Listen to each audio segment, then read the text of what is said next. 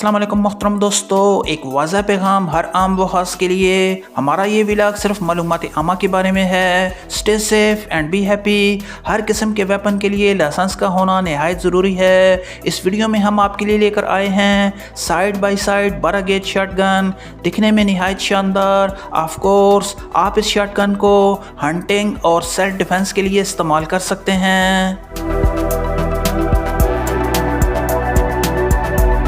लेकिन एक बार फिर दोस्तों, लाइसेंस का होना नहायत ज़रूरी है। अगर आपको हुकूमत की तरफ से लाइसेंस जारी होता है तो तभी आप इस शॉटगन को रख सकते हैं। बसूरत दीगर आपने हरगिज़ इस शॉटगन को कैरी नहीं करना।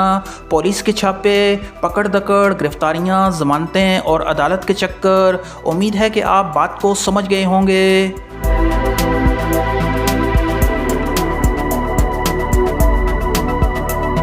ये साइड बाई साइड शॉटगन काबिल एतबार है। उम्दा मटेरियल से बनाई गई है, बट नहायत शानदार है। बैरल 29 इंच के साथ ये हैमरलेस है। इसके हैमर इसके अंदर हैं। दुनिया के किसी भी मुल्क के बने हुए 12 बोर के कारतूस आप इस बंदूक में चलाएं तो खूब काम करेगी। और आखिर में एक ख़ास बात, महीने में एक बार अपनी गन की सफाई ज़रूर कर लिया करें। वीडियो पसंद आए तो लाइक करें और चैनल को सब्सक्राइब भी करें। बहुत शुक्रिया।